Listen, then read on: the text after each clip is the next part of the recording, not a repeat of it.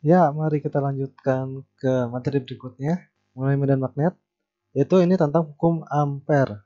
Jadi di video yang awal-awal kita belajar mengenai hukum Biot-Savart. Itu kita mencari medan magnet dari arus listrik pada penghantar. Dan itu setengah mati ya, nurunin rumusnya, pakai integralnya. Jadi ribet lah gitu. Nah, ini dia perkenalkan hukum Ampere. Tujuan dari hukum Ampere itu nanti praktisnya adalah untuk mempermudah menghitung medan magnet pada geometri tertentu. Jadi ini mirip banget dengan hukum Gauss ya. Jadi dari medan listrik dipermudah dengan hukum Gauss. Ini jadi kembarannya di magnet itu hukum Ampere. Oke, langsung saja kita lihat ya bagaimana hukum Ampere itu dinyatakan. Oke, jadi ini adalah rumus hukum Ampere, integral tertutup B dot ds sama dengan mu0 dikali In close. Ini adalah ilustrasinya. Nah, oke, ini pasti pada bingung. Banyak banget hal yang asing di sini. Tenang, akan dijelaskan satu persatu maksud dari rumus ini. Kita lihat dulu ya ke ilustrasi di gambar ini. Jadi ceritanya itu kita punya kumpulan arus listrik nih. Di gambar ini ada tiga arus listrik dengan arah, ada yang masuk ke dalam, ada yang keluar gitu ya. Di 1, 2, 3. Kita tahu bahwa arus listrik akan menghasilkan medan magnet. Jadi ketiga arus listrik ini akan menghasilkan medan magnet. Misalnya seperti ini. Jadi pada titik ini akan ada B, arahnya ke sini nih. Ya, oke, itu misalnya aja. Selanjutnya itu kita lingkupi, kita kelilingi ketiga arus ini dengan lintasan tertutup yang warna hijau ini.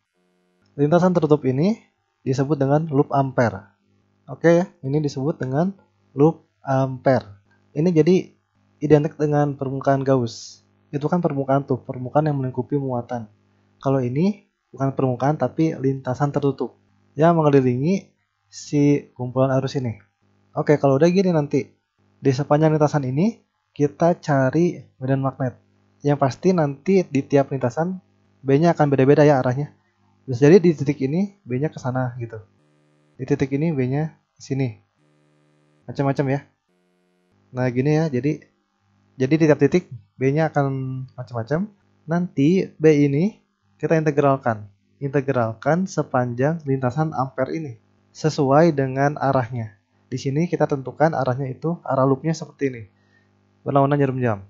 Nah, hasil integral B di sepanjang lintasan Ampere itu adalah yang ruas kiri ini. Integral B dot ds. Integral tertutup. Disebutnya ini integral lintasan. Oke ya. Nah, kata hukum Ampere, kalau kita hitung integral lintasan dari si medan magnet, itu nanti hasilnya akan sama dengan mu0 dikali dengan In close. In close itu apa?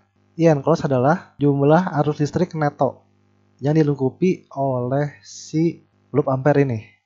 Ya, jadi yang di dalam aja dihitungnya, yang di luar enggak.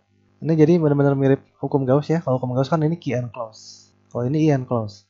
Nah, nanti gimana cara menghitung In close? Kan nanti pasti ada yang plus ada yang minus kan.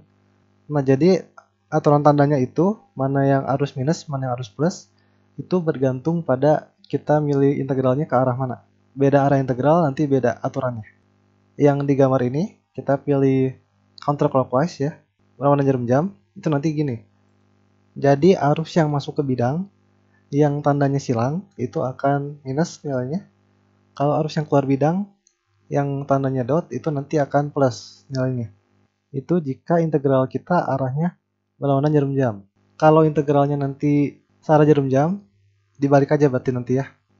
Yang masuk bidang plus, yang keluar bidang minus. Jadi dalam hal ini, yang close kita itu minus I1 plus I2 plus I3. Sip ya. Nah, nanti gini. Cara mencari medan magnet dari hukum Ampere itu dengan cara kita evaluasi integral yang sebelah kiri ini. Nah, ini nanti kalau mau integralnya gampang, maka nggak boleh sembarangan geometri. Nggak boleh sembarangan bentuk nih. Jadi sama kayak hukum Gauss gitu ya. Nggak boleh sembarang geometri. Supaya nanti bisa digunakan hukum Gaussnya dengan mudah gitu. Nah, untuk kasus medan magnet dengan hukum Ampere, yang bisa digunakan adalah geometri berikut. Jadi kira-kira ada 4 geometri.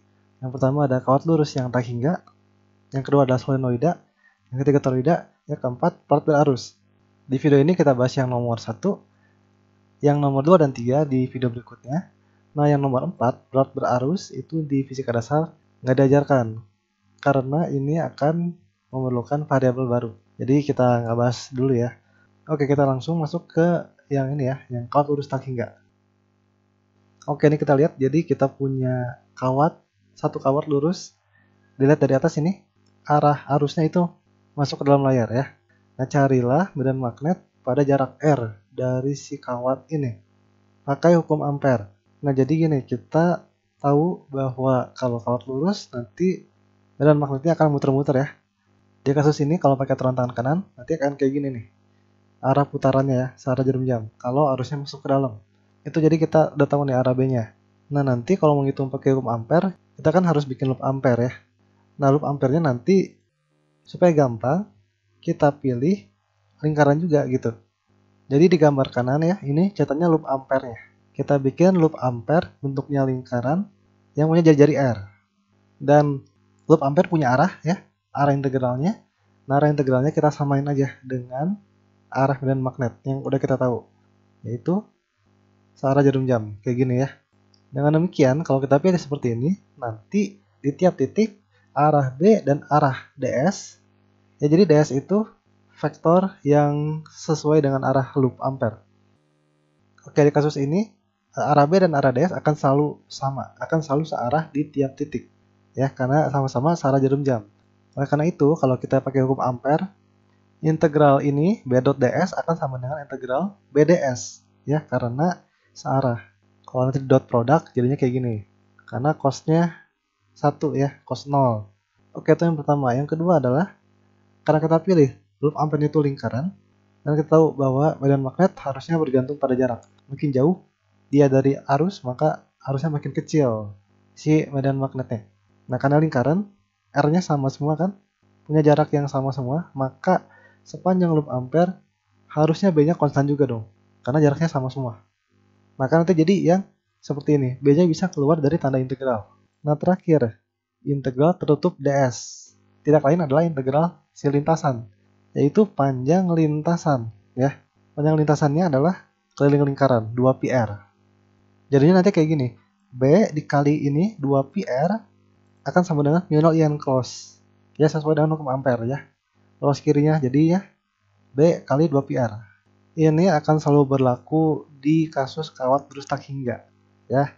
B dikali 2πr sama dengan mu 0 IN close. Jadi nanti cukup hitung IN close-nya aja berapa. Close kiri akan selalu seperti ini.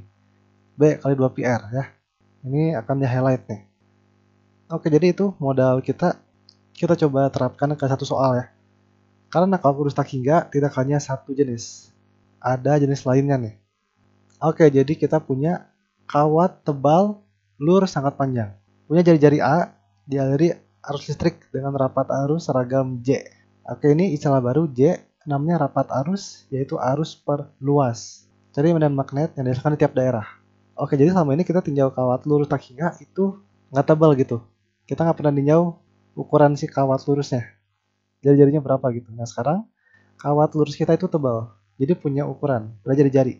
Kita disuruh cari medan magnet di dalam si kawat itu sendiri dan di luarnya. Itu ya.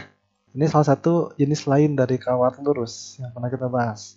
Oke, sekalian kita catat ya. Ini J arus per luas ya. J sama dengan I per A lah gitu ya istilahnya. Arus per luas. Rapat arus. Oke, kita punya dua daerah. Dan ini simetrinya kawat lurus tak hingga. Jadi cukup pakai ini. Tinggal cari IN close-nya aja. Di masing-masing daerah.